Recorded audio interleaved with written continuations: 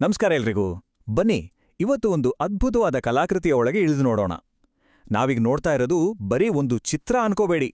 ಇದೊಂದು ಚೌಕಟ್ಟಿನೊಳಗೆ ಇಡೀ ತತ್ವಶಾಸ್ತ್ರವನ್ನೇ ಹಿಡಿದಿಟ್ಟ ಹಾಗೆ. ಸೊ ಇದರ ರಹಸ್ಯ ಏನು ಅಂತ ಒಟ್ಟಿಗೆ ಕಂಡಿಡಿಯೋಣ. ಒಮ್ಮೆ ಈ ಚಿತ್ರವನ್ನ ನೋಡಿ, ಎಷ್ಟು ಸುಂದರವಾಗಿದೆ ಅಲ್ವಾ? ಹಿಂದೂ ಸಂಪ್ರದಾಯದ ಇಬ್ರು ವ್ಯಕ್ತಿಗಳನ್ನ ಇಲ್ಲಿ ಚಿತ್ರಿಸಲಾಗಿದೆ. ನೋಡಕ್ಕೆ ತುಂಬಾನೇ ಆಕರ್ಷಕವಾಗಿ ಕಾಣುತ್ತೆ. ಆದ್ರೆ ಈ ಸೌಂದರ್ಯದ ಹಿಂದೆ ಒಂದು ದೊಡ್ಡ ಆಳವಾದ ಕಥೆನೇ ಇದೆ. ಈ ಚಿತ್ರ ನಮಗೆ ಏನ್ ಹೇಳಕ್ ಪ್ರಯತ್ನ ಮಾಡ್ತಿದೆ? ಹಾಗಾದ್ರೆ ಆ ಗಹನವಾದ ಕಥೆ ಯಾವುದು? ಈ ಒಂದೇ ಒಂದು ಚಿತ್ರದೊಳಗೆ ಅಡಗಿರುವ ಆ ರಹಸ್ಯವನ್ನೇ ನಾವೀಗ ಭೇದಿಸೋಣ. ಸರಿ, ಹಾಗಿದ್ರೆ ಶುರು ಮಾಡೋಣ. ಮೊದಲನೇ ಹೆಜ್ಜೆ, ಈ ದೈವಿಕ ದೃಶ್ಯದಲ್ಲಿರೋ ಪಾತ್ರಗಳು ಯಾರು ಅಂತ ಮೊದಲು ಕಂಡುಹಿಡಿಯೋಣ. ಮೊದಲಿಗೆ ಎಲ್ಲರ ಗಮನ ಸೆಳೆಯುತ್ತಿರುವ ಈ ಚಿತ್ರದ ಕೇಂದ್ರದಲ್ಲಿರುವ ಈ ದೈವಿಕ ವ್ಯಕ್ತಿಯ ಕಡೆ ನೋಡೋಣ. ಯಾರಿರ್ಬೋದು ಇವರು? ಯಾಕೆ ಇವರಿಗೆ ಈ ಕಲಾಕೃತಿಯಲ್ಲಿ ಇಷ್ಟೊಂದು ಪ್ರಾಮುಖ್ಯತೆ?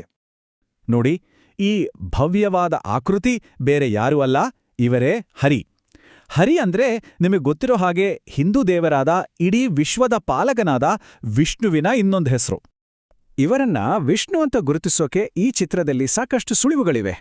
ಮೊದಲನೆಯದಾಗಿ ಅವರ ನೀಲಿ ಚರ್ಮ. ಇದು ಆಕಾಶ ಅಥವಾ ಸಾಗರದ ಹಾಗೆ ಅನಂತತೆಯ ಸಂಕೇತ. ಅವರ 4 ತೋಳುಗಳನ್ನ ನೋಡಿ, ಒಂದರಲ್ಲಿ ಶಂಖ, ಇನ್ನೊಂದರಲ್ಲಿ ಚಕ್ರ ಇದೆ. ಹಾಗೆ ಅವರು ಕೂತಿರೋದು 1000 ತಲೆಗಳ ಸರ್ಪ ಅನಂತಶೇಷನ ಮೇಲೆ. ಅವರ ಕಿರೀಟದಲ್ಲಿ ಒಂದು ನವಿಲುಗರಿ ಇದೆ, ಮತ್ತೆ ಹಿನ್ನೆಲೆಯಲ್ಲಿ ಅವರ ವಾಹನ ಗರುಡ ಹಾರಾಡ್ತಿದೆ. ಇಲ್ಲಿರೋ ಪ್ರತಿಯೊಂದು ಚಿಹ್ನೆಯೂ ಇವರೇ ವಿಷ್ಣು ಅಂತ ನಮಗೆ ಸ್ಪಷ್ಟಪಡಿಸುತ್ತೆ. ಸರಿ, ಈಗ ನಮ್ಮ ಗಮನವನ್ನ ಈ ಕಲಾಕೃತಿಯಲ್ಲಿರೋ ಎರಡನೇ ಪ್ರಮುಖ ವ್ಯಕ್ತಿಯ ಕಡೆಗೆ ತಿರುಗಿಸೋಣ. ಹರಿ ಈ ಚಿತ್ರದ ಕೇಂದ್ರಬಿಂದು. ಸರಿ, ಹಾಗಾದ್ರೆ ಅವರ ಪಕ್ಕದಲ್ಲಿ ಭಕ್ತಿಯಿಂದ ಕುಳಿತಿರೋ ಈ ವ್ಯಕ್ತಿ ಯಾರು? ಇವರ ಪಾತ್ರವೇನು? ಇವರು ಬೇರಾರೂ ಅಲ್ಲ, ವಾಯುದೇವನ ಅವತಾರವಾದ ಮಹಾಶಕ್ತಿಶಾಲಿ ಹನುಮಂತ. ಹನುಮಂತ ಅಂದ್ರೇನೇ ಅವರ ಅಪಾರ ಶಕ್ತಿ, ನಿಷ್ಠೆ ಮತ್ತು ಅಚಲವಾದ ಭಕ್ತಿಗೆ ಹೆಸರುವಾಸಿ ಅಲ್ವಾ? ಹನುಮಂತನನ್ನ ಗುರುತಿಸೋಕೆ ಕೂಡ ಇಲ್ಲಿ ಕೆಲವು ದೃಶ್ಯ ಸಂಕೇತಗಳಿವೆ. ಅವರ ವಾನರ ರೂಪ, ಅವರ ದೈವಿಕತೆಯನ್ನ ಸೂಚಿಸೋ ಕಿರೀಟ ಮತ್ತು ಕೈಮುಗಿದು ಮಂಡಿಯೋರಿ ಕೂತಿರೋ ಅಂಜಲಿ ಮುದ್ರೆ. ಈ ಭಂಗಿ ಅವರ ಆಳವಾದ ಭಕ್ತಿಯನ್ನ ತೋರಿಸುತ್ತೆ. ಅವರ ಪಕ್ಕದಲ್ಲೇ ಅವರ ಆಯುಧ ಅಂದ್ರೆ ಶಕ್ತಿಶಾಲಿ ಗದೆ ಇದೆ. ಅವರ ಇಡೀ ದೇಹಭಾಷೆಯೇ ಹರಿಯ ಮೇಲಿರುವ ಸಂಪೂರ್ಣ ಶರಣಾಗತಿಯನ್ನ ಸಾರಿ ಸಾರಿ ಹೇಳುತ್ತೆ. ಸರಿ, ಪಾತ್ರಗಳನ್ನ ಗುರುತಿಸ್ತೀವಿ. ಈಗ ಈ ಚಿತ್ರದ ನಿಜವಾದ ರಹಸ್ಯವನ್ನ ಭೇದಿಸುವ ಸಮಯ. ಅದಕ್ಕೆ ಬೇಕಾದ ಕಡೆಯ ಸುಳಿವು ಅಂದ್ರೆ ಕೀಲಿ ಕೈ ಇಲ್ಲಿದೆ ನೋಡಿ. ಈ ಕಲಾಕೃತಿಯ ಕೆಳಭಾಗದಲ್ಲಿ ಬರೆದಿರೋ ಈ ವಾಕ್ಯ. ಇದರ ಅರ್ಥ ಏನು ಅಂತ ನೋಡೋಕ್ ಮುಂಚೆ ಈ ಬರಹ ಎಷ್ಟು ಮುಖ್ಯ ಅಂತ ಅರ್ಥ ಮಾಡ್ಕೊಳ್ಳೋಣ. ಇದು ಸುಮ್ಮನೆ ಅಲಂಕಾರಕ್ಕೋಸ್ಕರ ಬರೆದಿದ್ದಲ್ಲ. ಇದು ಇಡೀ ಕಲಾಕೃತಿಯ ಒಂದು ಥೀಸಿಸ್ ಸ್ಟೇಟ್ಮೆಂಟ್ ಇದ್ದಾಗೆ. ಇದರಲ್ಲೇ ಈ ಚಿತ್ರದ ಸಂಪೂರ್ಣ ತಾತ್ವಿಕ ಸಂದೇಶ ಅಡಗಿದೆ. ಇಲ್ಲಿದೆ ನೋಡಿ ಆ ವಾಕ್ಯ: ಹರಿ ಸರ್ವೋತ್ತಮ, ವಾಯು ಜೀವೋತ್ತಮ. ಇದರ ಸರಳ ಅನುವಾದ: ಹರಿಯೇ ಎಲ್ಲರಿಗಿಂತ ಶ್ರೇಷ್ಠ ಮತ್ತು ಜೀವರಾಶಿಗಳಲ್ಲಿ ವಾಯುವೇ ಅತ್ಯುತ್ತಮ. ಆಹಾ, ಇದೇ ನೋಡಿ ಆ ಕ್ಷಣ ಇಡೀ ಚಿತ್ರದ ಒಗಟು ಈಗ ಬಿಡಿಸಿದ ಹಾಗಾಯ್ತು ಅಲ್ವಾ?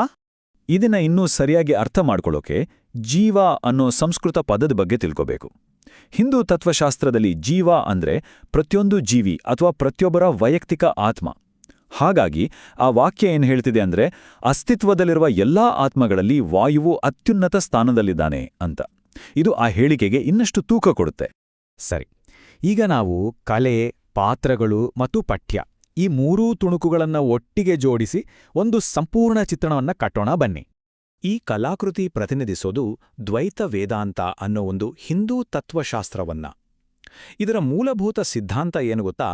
ದೇವರು ಅಂದ್ರೆ ಪರಮಾತ್ಮ ಮತ್ತು ವೈಯಕ್ತಿಕ ಆತ್ಮಗಳು ಅಂದ್ರೆ ಜೀವಾತ್ಮಗಳು, ಇವೆರಡರ ನಡುವೆ ಒಂದು ಮೂಲಭೂತವಾದ ಶಾಶ್ವತವಾದ ವ್ಯತ್ಯಾಸ ಇದೆ ಅಂತ. ಇದನ್ನ ಹೀಗೆ ಯೋಚಿಸಬಹುದು: ಸೃಷ್ಟಿಕರ್ತ ಬೇರೆ, ಸೃಷ್ಟಿ ಬೇರೆ. ಇವೆರಡೂ ಒಂದಾಗೋಕ ಸಾಧ್ಯವೇ ಇಲ್ಲ. ಹಾಗಾದ್ರೆ ಇಷ್ಟೊಂದು ಸಂಕೀರ್ಣವಾದ ತತ್ವಶಾಸ್ತ್ರವನ್ನ ಈ ಚಿತ್ರ ಹೇಗೆ ಇಷ್ಟು ಸರಳವಾಗಿ ವಿವರಿಸುತ್ತೆ? ಬನ್ನಿ ನೋಡೋಣ. ಮೊದಲನೇದಾಗಿ, ಹರಿಯೇ ಸರ್ವೋತ್ತಮ ಅಂದ್ರೆ ಆತನೇ ಪರಮಸತ್ಯ, ಸ್ವತಂತ್ರ ಶಕ್ತಿ. ಎರಡನೇದಾಗಿ, ವಾಯು ಜೀವೋತ್ತಮ ಅಂದ್ರೆ ಎಲ್ಲಾ ಜೀವಾತ್ಮಗಳಲ್ಲಿ ಅತ್ಯುನ್ನತ ಮತ್ತು ಅತ್ಯಂತ ಶ್ರದ್ಧಾವಂತ ಆತ್ಮ. ಮತ್ತು ಮೂರನೇದಾಗಿ, ಈ ಕಲೆ ಇವೆರಡರ ಸಂಬಂಧವನ್ನ ತೋರಿಸುತ್ತೆ. ಹೇಗೆ? ಜೀವರಲ್ಲೇ ಉತ್ತಮರಾದ ವಾಯು ಪರಮಾತ್ಮನಾದ ಹರಿಯ ಮುಂದೆ ಭಕ್ತಿಯಿಂದ ನಮಸ್ಕರಿಸ್ತಿದ್ದಾರೆ. ಈ ಒಂದು ದೃಶ್ಯವೇ ದ್ವೈತದ ಸಾರಾಂಶವನ್ನ ಹಿಡಿದಿಡುತ್ತೆ. ಈಗ ಈ ಎಲ್ಲ ವಿಷಯಗಳನ್ನ ಮನಸ್ಸಲ್ಲಿಟ್ಕೊಂಡು ಮತ್ತೊಮ್ಮೆ ಈ ಪೂರ್ತಿ ಚಿತ್ರವನ್ನ ನೋಡಿ. ಪಾತ್ರಗಳ ಭಂಗಿ, ಅವರ ಗುರುತುಗಳು, ಕೆಳಗಿರೋ ಬರಹ, ಪ್ರತಿಯೊಂದಂಶವೂ ಒಂದಕ್ಕೊಂದು ಸೇರ್ಕೊಂಡು ಒಂದೇ ಒಂದು ಶಕ್ತಿಯುತವಾದ ತಾತ್ವಿಕ ಸಂದೇಶವನ್ನ ಹೇಗೆ ಕೊಡುತ್ತೆ ಅನ್ನೋದು ಈಗ ಸ್ಪಷ್ಟವಾಗುತ್ತೆ. ಇದು ಬರೀ ಕಲೆಯಲ್ಲ, ಇದು ದೃಶ್ಯ ರೂಪದಲ್ಲಿರೋ ಒಂದು ಸಂಪೂರ್ಣ ತತ್ವಶಾಸ್ತ್ರ. ಹಾಗಾಗಿ ಈ ಇಡೀ ವಿಶ್ಲೇಷಣೆಯ ತಿರುಳನ್ನ ಮತ್ತೊಮ್ಮೆ ನೆನಪಿಸ್ಕೊಳ್ಳೋಣ. ಹರಿ ಸರ್ವೋತ್ತಮ, ವಾಯು ಜೀವೋತ್ತಮ.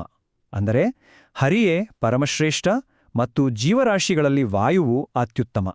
ಇದೆಲ್ಲ ನೋಡಿದ್ಮೇಲೆ ಕೊನೆಯಲ್ಲೇ ಒಂದು ಕುತೂಹಲಕಾರಿ ಪ್ರಶ್ನೆ ಮೂಡುತ್ತೆ.